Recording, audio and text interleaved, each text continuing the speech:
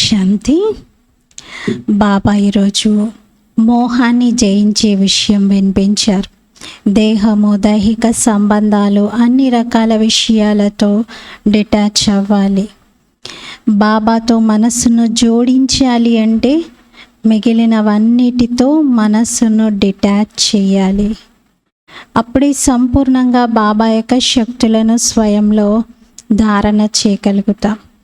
బాబా ఈరోజు మన వ్యక్తిత్వంలో ఏ విషయంలోనూ అహంకారం రావద్దు అన్నారు. జ్ఞానం వినిపించి నేను చాలా బాగా చెప్పాను అనుకోవడం ఇది కూడా మీ పొరపాటే అన్నారు. బాబా తన సేవను ఎవరిలో అయినా ప్రవేశించి వారికి సహాయం చేయించగలుగుతారు. ఇందులో మనకు ఎటువంటి అహంకారం రాకూడదు అన్నారు. ఈరోజటి మురళిలో మా అమ్మ యొక్క మహావాక్యాలు కూడా ఉన్నాయి. చాలా సుందరమైన మురళి ఇది 20th అక్టోబర్. मीठे बच्चे देह सहित सब कुछ भूल एक बाप को याद करो, तब कहेंगे मातेले बच्चे. इस पुरानी दुनिया से अब तुम्हारी बुद्धि हट जानी चाहिए.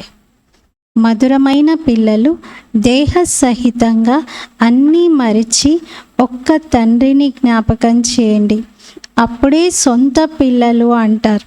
ఈ పాత ప్రపంచంతో ఇప్పుడు మీ బుద్ధి తొలగిపోవాలి. దేహం సహితంగా అన్నీ మరిచిపోయి ఒక బాబాని జ్ఞాపకం చేయాలి, అప్పుడే సొంత పిల్లలుగా పిలువబడతాము. ఈ పాత ప్రపంచంతో మన బుద్ధి తొలగిపోవాలి. प्रश्न, बाप का ज्ञान किन बच्चों की बुद्धि में सहज ही बैठ जाता है? బాబా వినిపించే జ్ఞానము ఏ పిల్లల బుద్ధిలో సహజంగా కూర్చుంటుంది? జవాబు, ఎవరైతే పేద పిల్లలు ఉంటారో, जो गरीब बच्चे जिनका मोह नष्ट है और बुद्धि विशाल है, उनकी बुद्धि में सारा ज्ञान सहज बैठ जाता है.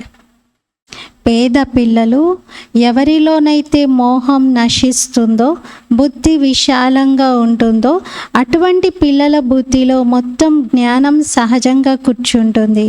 బాకీ जिनकी बुद्धि में रहता हमारा धन हमारा पति, वह ज्ञान को धारण कर ऊंच पद नहीं पा सकते. ఇంకెవరి బుద్ధిలోనైతే నా ధనము, నా భర్త ఇటువంటి విషయాలు ఉంటాయో వారు జ్ఞానాన్ని ధారణ చేసి ఉన్నత పదవిని పొందలేరు. बाप का बनने के बाद भी लौकिक संबंधों को याद करना माना कच्ची सगाई है. బాబాను జ్ఞాపకం చేశాక కూడా లౌకిక సంబంధాలని జ్ఞాపకం చేయటం ఇది బాబాతో అపరిపక్వమైనటువంటి సంబంధం జోడించటం, లేదా ఇది సత్యమైన నిశ్చితార్థం కాదు అంటున్నారు. ఉనే సౌతేలా కహా జాతా హై. అటువంటి వారిని సవితి పిల్లలు అంటారు.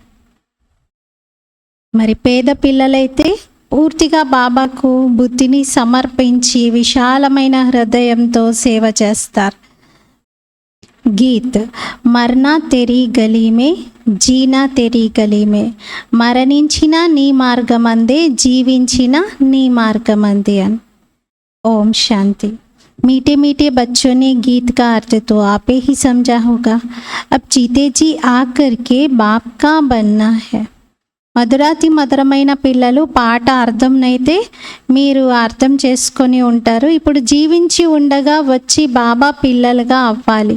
ఈ పాత ప్రపంచం దీనిని రౌరవ నరకం అని అంటారు. దీన్ని మరిచిపోవాలి మరియు దీన్ని విడిచిపెట్టాలి.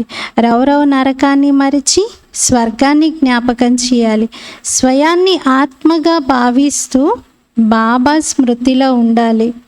ఈ పాత ప్రపంచం బుద్ధితో తొలగిపోవాలి.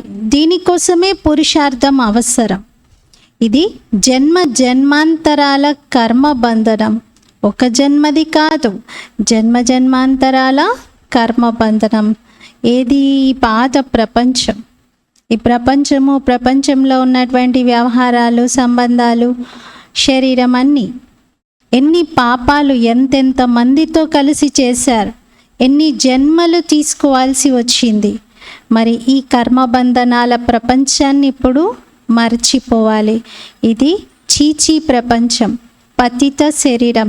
దీంతో మోహం తొలగిపోవాలి. పేదవారి మోహం సహజంగా తొలగిపోతుంది. షావుకార్లకు కష్టం అవుతూ ఉంటుంది.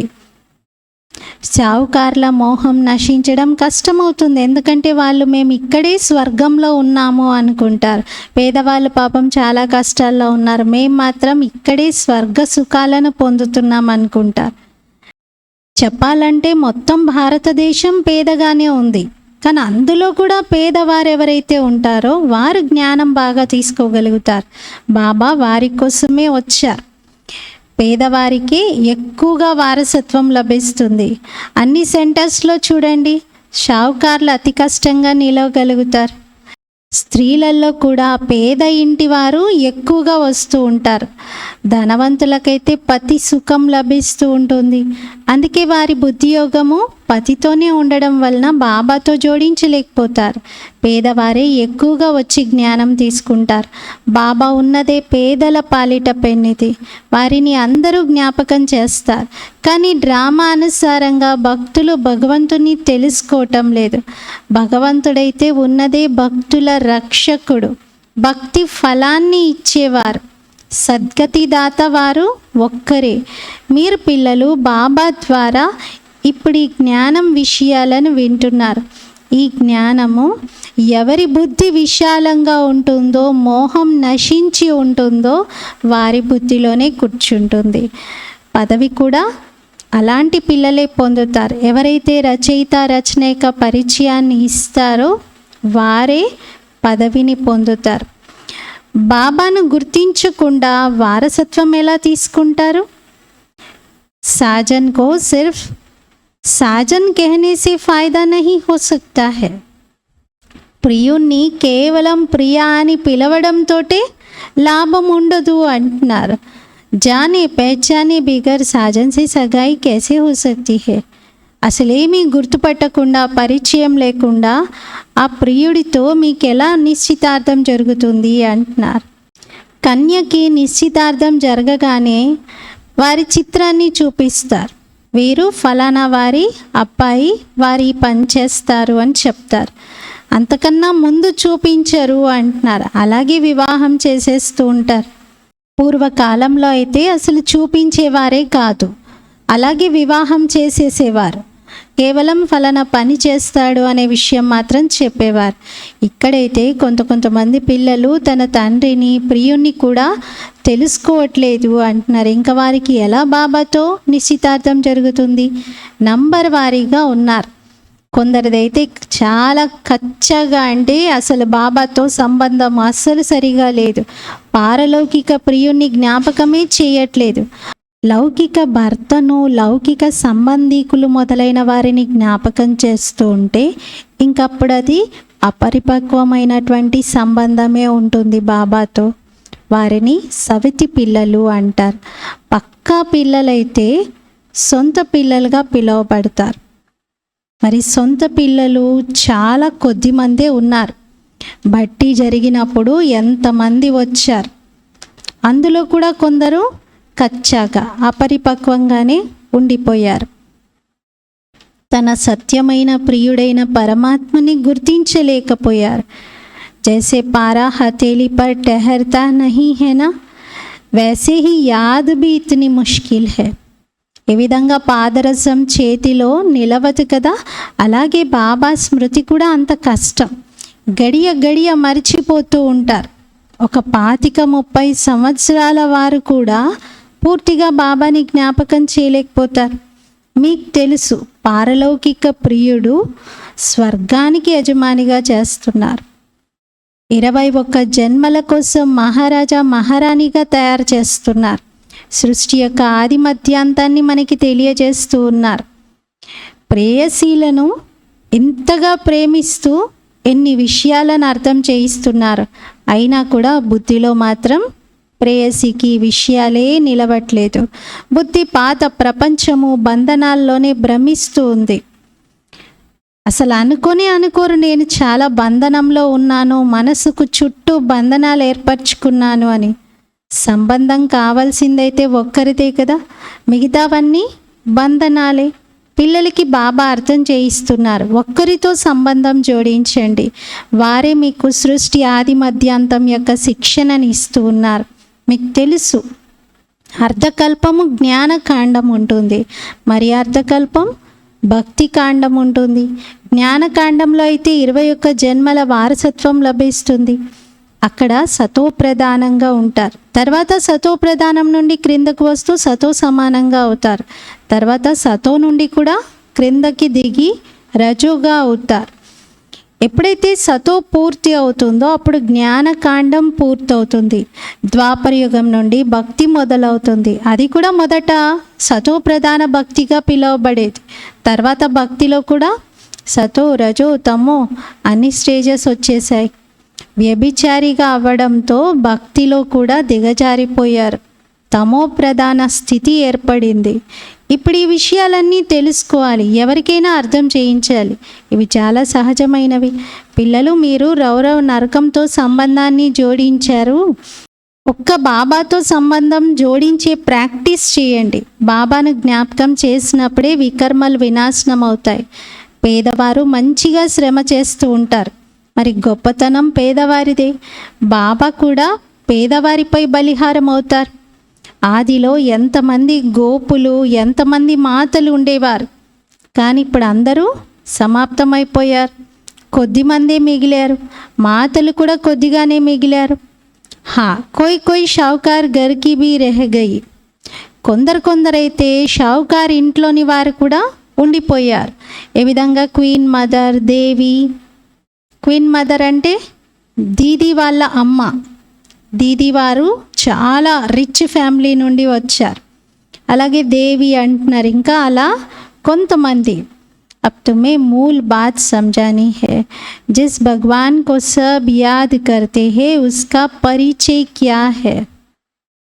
ఇప్పుడు మీరు ముఖ్యమైన విషయాన్ని అర్థం చేయించాలి. ఏ భగవంతునైతే అందరూ జ్ఞాపకం చేస్తున్నారో వారి పరిచయం ఏంటో చెప్పాలి. పతిత పావనుడైన బాబాయే రాజయోగాన్ని నేర్పించి నరుని నుండి నారాయణుడిగా తయారు చేస్తున్నారు. వారిని తెలుసుకోవాలి, అప్పుడే పాపాలు సమాప్తం అవుతాయి. కానీ తెలుసుకోకపోతే ఇంకా పాపాలు చేస్తూ ఉంటారు. బాబాను కూడా నిందిస్తూ ఉంటారు. సమ్మేళనాలు అయితే చాలా జరుగుతూ ఉంటాయి, రిలీజియస్ కాన్ఫరెన్సెస్. కానీ అక్కడ కూడా అర్థం చేయించడానికి చాలా తీక్షణమైన బాబా పిల్లలు వెళ్ళాలి, అర్థం చేయించాలి. మీరు వేదాల మహిమను బాగా అర్థం చేసుకుంటున్నారు, కానీ వాటితో ప్రయోజనం లేదు. ప్రయోజనం అంతా ఇప్పుడు ఒక్క పరమాత్మని స్మృతిలో ఉంది. రండి, మేము మీకు వారి పరిచయం ఇస్తాము అని అర్థం చేయించాలి.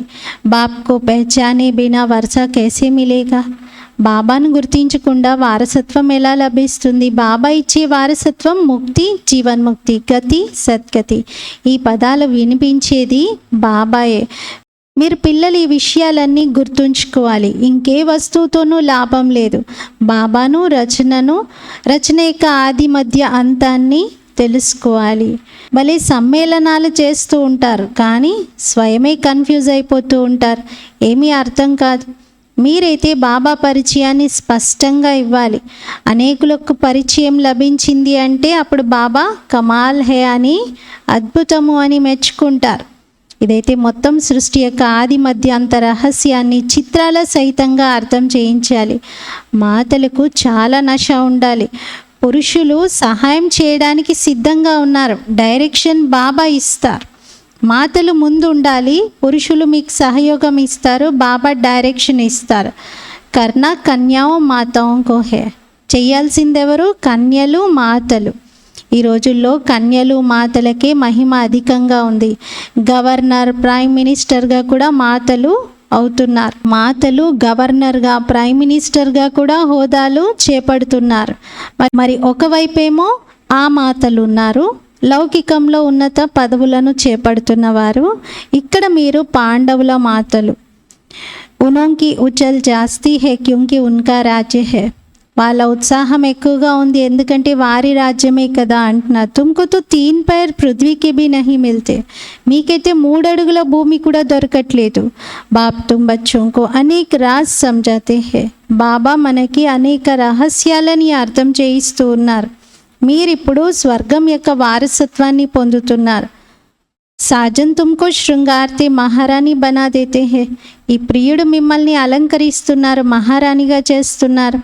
ఇటువంటి ప్రియునితో బుద్ధియోగం జోడించకపోవడం ఇది చాలా పెద్ద భారీ పొరపాటు అంటున్నారు. తప్పు ఇది. ప్రియునితో బుద్ధిని జోడించాలి, కానీ జోడించకపోవడం అంటే మనం చేసే మేజర్ మిస్టేక్ అంటున్నారు బాబా. పిల్లలకి చాలా అర్థం చేయిస్తూ ఉంటారు. మీరు కేవలం జ్ఞానము భక్తి యొక్క కాంట్రాస్ట్ని అర్థం చేయించండి. భారతదేశంలోనే దుఃఖంలో అందరూ స్మరిస్తారు, సుఖంలో ఎవరు స్మరించరు అనేటువంటి గాయనం ఉంది. సుఖంలో ఎందుకు జ్ఞాపకం చేస్తారు? ఇప్పుడైతే కొత్త ప్రపంచ స్థాపన జరుగుతుంది, కానీ సుఖం యొక్క వారసత్వాన్ని మీరు పూర్తిగా తీసుకోవాలి. మాతాపితను తెలుసుకోవాలి. ప్రతి ఒక్కరూ ఎంత యోగ్యంగా నేను తయారయ్యాననేది చెక్ చేసుకోవాలి. మృత్యువు అందరికీ సమీపంగా వస్తుంది. ఇప్పుడు మృత్యువు చాలా సమీపంగా ఉన్నప్పుడు బాబా అందరికీ చూపిస్తారు, మీరు అసలు పురుషార్థమే చేయలేదు, అందుకే ఇటువంటి స్థితిలో ఉన్నారు. ఇప్పుడు బాబా చెప్పేస్తారు, మీరు ఎలాంటి ప్రజలుగా తయారవుతారు, సత్యుగంలో ఏ పదవిని పొందుతారు, ఎలాంటి నౌకర్గా చాకరీ చేసేవారిగా అవుతారు, ఇవన్నీ ముందుగా తెలియజేస్తారు. అచ్చా, కై బచ్చే సమజ్తే హే ఆజ్ హమ్నే మురళి బహుత్ అచ్చి చలాయి. కొందరు పిల్లలు అనుకుంటారు, ఈరోజు నేను మురళి చాలా బాగా వినిపించాను అని.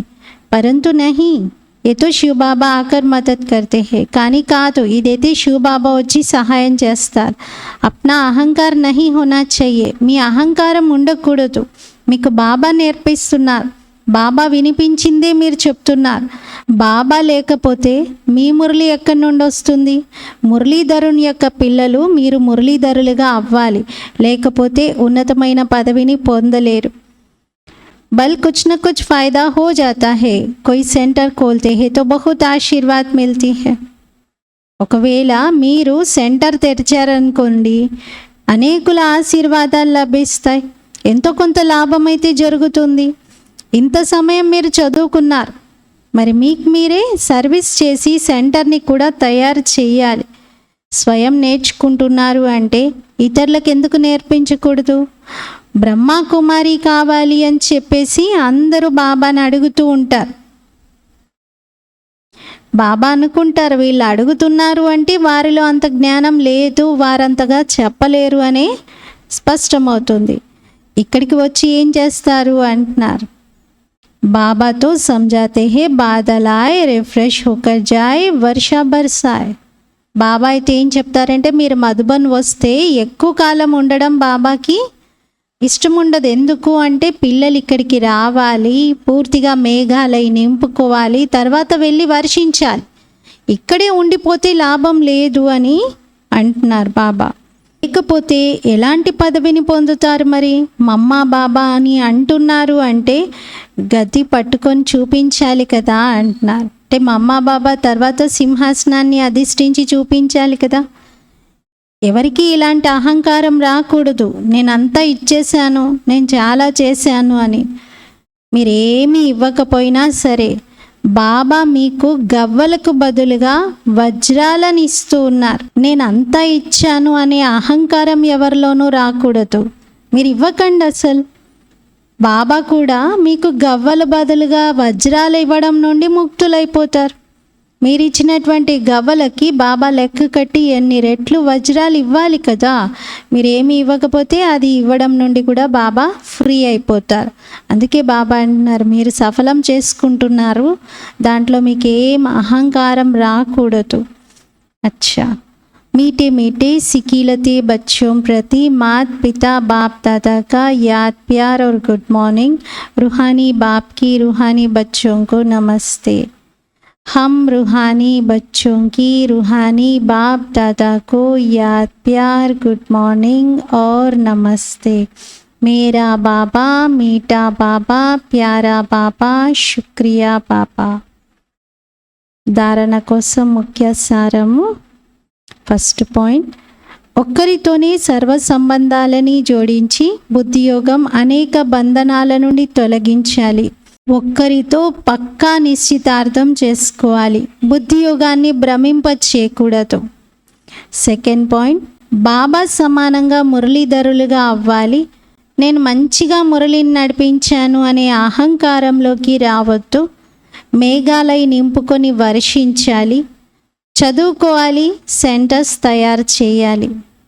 ఫస్ట్ పాయింట్లో బాబా అన్ని సంబంధాలు నాతో జోడించండి, బంధనాలన్నీ తొలగించుకోండి అంటున్నారు. పక్కా సంబంధం ఉండాలి బాబాతో, ఇంకా బుద్ధిని భ్రమింప చేయకూడదు. సెకండ్ పాయింట్లో మురళీధరులుగా అవ్వాలి, మంచిగా మురళి చెప్పామనే అహంకారంలో రావద్దు. మేఘాలయ నింపుకోవాలి, చదువుకోవాలి, చదివించాలి. वरदानम बाप को सामने रख ईर्ष्या रूपी पाप से बचने वाले विशेष आत्मा भव. బాబాని ఎదురుగా పెట్టుకొని ఈర్ష్య రూపీ పాపం నుండి రక్షించుకునే విశేష ఆత్మ భవ. బ్రాహ్మణ ఆత్మలు తమ తోటి వారైన కారణంగా ఈర్ష్య ఉత్పన్నమవుతూ ఉంటుంది. ఈర్ష్య కారణంగా సంస్కారాల ఘర్షణ జరుగుతుంది. కానీ ఇందులో విశేషంగా ఆలోచించండి. ఒకవేళ మన తోటి వారు ఏదైనా విశేషమైన కార్యానికి నిమిత్తంగా అవుతే వారిని నిమిత్తంగా చేసింది ఎవరు? బాబాని ఎదురుగా తీసుకురండి. అప్పుడు ఈర్ష్య రూపీ మాయ పారిపోతుంది. ఒకవేళ ఏదైనా విషయము మీకు నచ్చట్లేదు అంటే శుభ భావనతో పైకి ఇచ్చేసేయండి. ఈర్ష్యకు వశమై కాదు, పరస్పరంలో రేస్ చేయండి, అంతేగాని రీస్ కాదు. అప్పుడు విశేషాత్మగా అవుతారు. स्लोगन बाप को अपना साथी बनाकर माया के खेल को साक्षी हो देखते चलो. బాబాను తన సహచరుడిగా చేసుకొని మాయా ఆటలను సాక్షిగా చూస్తూ ఉండండి. ఈరోజటి స్వమానము నేను విశేష ఆత్మను. మాతేశ్వరి యొక్క మధుర మహావాక్యాలు. अपना असली लक्ष्य क्या है? మీ వాస్తవిక లక్ష్యం ఏమిటి? पहले ये जानना जरूरी है कि अपनी असली लक्ष्य क्या है. पहले ये जानना जरूरी है कि अपना असली लक्ष्य क्या है. మొట్టమొదట ఇది తెలుసుకోవడం చాలా అవసరం, మన వాస్తవిక లక్ష్యం ఏమిటి అని. అది కూడా మంచి రీతిగా బుద్ధిలో ధారణ చెయ్యాలి. అప్పుడే పూర్తిగా మీరు మీ లక్ష్యంలో ఉపస్థితమై ఉండగలుగుతారు. మీ వాస్తవిక లక్ష్యం ఏమిటి అంటే నేను ఆత్మను, పరమాత్ముని సంతానాన్ని. వాస్తవంగా నేను కర్మాతీతంగా ఉన్నాను. మరి స్వయాన్ని మరిచిపోవడంతో కర్మబంధనాల్లోకి వచ్చేసారు. ఇప్పుడు మళ్ళీ తిరిగి స్మృతిని, పరమాత్మ తండ్రి స్మృతిని కలిగి ఉండడంతో, ఈశ్వరునితో యోగం జోడించడంతో వికర్మలు వినాశనం చేసుకుంటున్నారు. మరి మీ లక్ష్యం ఏంటి అంటే నేను ఆత్మను, పరమాత్ముని సంతానాన్ని. అంతేకాని ఇంకా మనమే దేవతగా భావించుకొని ఆ లక్ష్యంలో స్థితులవుతే పరమాత్మ శక్తి లభించదు. और ना फिर तुम्हारे వికర్మ వినాశ్ होंगे. అలాగే మన వికర్మలు వినాశనం అవ్వవు. ఇప్పుడు జ్ఞానం పూర్తిగా ఉండాలి. నేను ఆత్మను, పరమాత్మ సంతానాన్ని, కర్మాతీతంగా ఉన్నాను, భవిష్యత్తులో వెళ్ళి జీవన్ముక్త దేవీ దేవత పదవిని పొందుతాను అని. ఈ లక్ష్యంలో ఉండడంతో మీకు చాలా శక్తి లభిస్తుంది. ఇప్పుడు మనుషులందరూ కోరుకుంటున్నారు మాకు సుఖము, శాంతి, పవిత్రత కావాలి అని. అది కూడా ఎప్పుడైతే పూర్తిగా యోగం బాబాతో ఉంటుందో అప్పుడే ప్రాప్తిస్తుంది. అంతేకాని దేవతా పదవి అయితే మీ భవిష్యత్తు ప్రాలబ్ధం. ఇప్పుడు మీరు పురుషార్థం చేస్తున్నారు, ఇది వేరు, ప్రాలబ్ధం వేరు అంటున్నారు. మరి లక్ష్యం కూడా వేరు. ఇప్పుడు మీ లక్ష్యంలో మీరు ఉండాలి. మీరెప్పుడు కూడా నేను ఇప్పుడు పవిత్రాత్మగా ఉన్నాను, చివరికి ఒక రోజు పరమాత్మగా అవుతాను, ఇలా అనుకోవడానికి లేదు అంటున్నారు. అది మీ లక్ష్యం కాదు. కానీ పరమాత్మునితో యోగాన్ని జోడించి పవిత్రాత్మగా అవ్వాలి. అంతేకాని ఆత్మేమి పరమాత్మగా అవ్వదు. ఎంత పురుషార్థం చేసినా ఆత్మ పరమాత్మగా కాదు. ఇంకొక విషయం యొక్క వివరణ. ఈ అవినాశి జ్ఞానంలో అనేక పేర్లు పెట్టి ఉన్నారు. ఈ అవినాశి ఈశ్వరీయ జ్ఞానానికి అనేక పేర్లు ఉన్నాయి. కొందరు దీన్ని జ్ఞాన అమృతం అంటారు, కొందరు జ్ఞాన అంజనం అంటారు. గురునానక్ అయితే దీన్ని జ్ఞాన అంజనం సద్గురువు ఇచ్చారు అన్నారు. కొందరు జ్ఞాన వర్షం అంటారు, ఎందుకంటే ఈ జ్ఞానంతోనే మొత్తం సృష్టి అంతా సస్యశ్యామలంగా అవుతుంది. తమో ప్రధానంగా అయినటువంటి మనుష్యులు సతోగుణిగా అవుతారు. మరి జ్ఞాన అంజనంతో అంధకారం అంతా తొలగిపోతుంది. ఈ జ్ఞానమే అమృతంగా పిలువబడుతుంది. ఎందుకంటే మనుషులు పంచవికారాల అగ్నిలో కాలిపోతూ ఉన్నవారు చల్లబడతారు. చూడండి, గీతలో పరమాత్మ క్లియర్గా చెప్తున్నారు, కామేషు క్రోధేషు ఉంటారు అని. మరి అందులో కూడా మొట్టమొదటిది కామం. పంచవికారాలలో ముఖ్యమైన బీజం అది. బీజం ఉండడం వలన క్రోధము, లోభము, మోహము, అహంకారం ఈ వృక్షం అంతా పెరిగింది. దాంతో మనుషుల బుద్ధి భ్రష్టమైపోతుంది. కానీ ఇప్పుడు ఆ బుద్ధిలోనే జ్ఞానాన్ని ధారణ చేయాలి. జ్ఞానం నిండితే మళ్ళీ ఆ బుద్ధి శ్రేష్టంగా మారుతుంది. ఇప్పుడు జ్ఞానం యొక్క ధారణ పూర్తిగా బుద్ధిలో జరిగింది అంటే వికారాల బీజం సమాప్తమైపోతుంది. లోకమైతే కేవలం ఏమంటుంది, మర్యాదలో ఉండండి అంటారు. కానీ వాస్తవికమైనటువంటి మర్యాద ఏమిటి అనేది వారికి తెలియట్లేదు. వారు మర్యాదలు అని ఎన్నో విషయాలు చెప్తారు, కానీ వాస్తవికమైన మర్యాద ఏమిటి అంటే వారికి తెలియదు. అసలు మర్యాద ఏమిటంటే దేవీ దేవతా ధర్మంలో గృహస్థంలో ఉంటూ కూడా పవిత్రంగా ఉన్నారు. ఆ మర్యాదను పాటించాలి. ఆ మర్యాద అయితే పూర్తిగా సమాప్తం అయిపోయింది. అసలు సత్యుగి దేవీ దేవతల యొక్క మర్యాదను ఇక్కడ అందరూ మరచిపోయారు అంటున్నారు. ఒకవేళ గుర్తు చేయించినా కూడా ఎవరు అలాంటి ధారణ చెయ్యరు. మరి ఆ సత్యమైన మర్యాద లేనట్టే కదా ఇక్కడ. ఈ రోజుల్లో అయితే ఉల్టా వికారీ మర్యాదల్ని బాగా పాటిస్తూ ఉన్నారు. ఒకరికొకరు అవే నేర్పించుకుంటూ మర్యాదలో నడవండి అంటారు. మనుషుల మొదటి కర్తవ్యం ఏంటి, అదెవరూ తెలుసుకోవట్లేదు. కేవలం ప్రచారం ఏం చేస్తారంటే మర్యాదలో ఉండండి, కానీ మనుషుల మొదటి మర్యాద ఏమిటి అనేది తెలియట్లేదు. మొదటి మర్యాద పవిత్రంగా ఉండటం, నిర్వికారిగా అవ్వటం, ఇదే మనుషుల మొదటి మర్యాద. ఎవరినైనా అడగండి, ఇలాంటి మర్యాదలో మీరు ఉంటున్నారా అని. అప్పుడు ఏం చెప్తారు? ఈ రోజుల్లో ఈ కలియుగ సృష్టిలో నిర్వికారిగా అయ్యే ధైర్యం ఎవరికి ఉందండి? ఈ కలియుగంలో అలా ఉండడం కష్టమే అంటారు. ఇప్పుడు నోటితోనేమో మరి మర్యాదలో ఉండాలి అంటున్నారు, కానీ నిర్వికారిగా కండి అని చెప్తే మాత్రం అది కష్టము అంటున్నారు. అవ్వలేం అలా నిర్వికారిగా అంటారు. అంటే ఎంత డ్యుయాలిటీ ఉందో చూడండి అంటున్నారు. నిర్వికారిగా అవ్వటానికి మొదట జ్ఞాన ఖడ్గంతో పంచవికారాల బీజాన్ని సమాప్తం చేయాలి. అప్పుడే వికర్మలు భస్మం అవుతాయి. అచ్చా, ఓం శాంతి.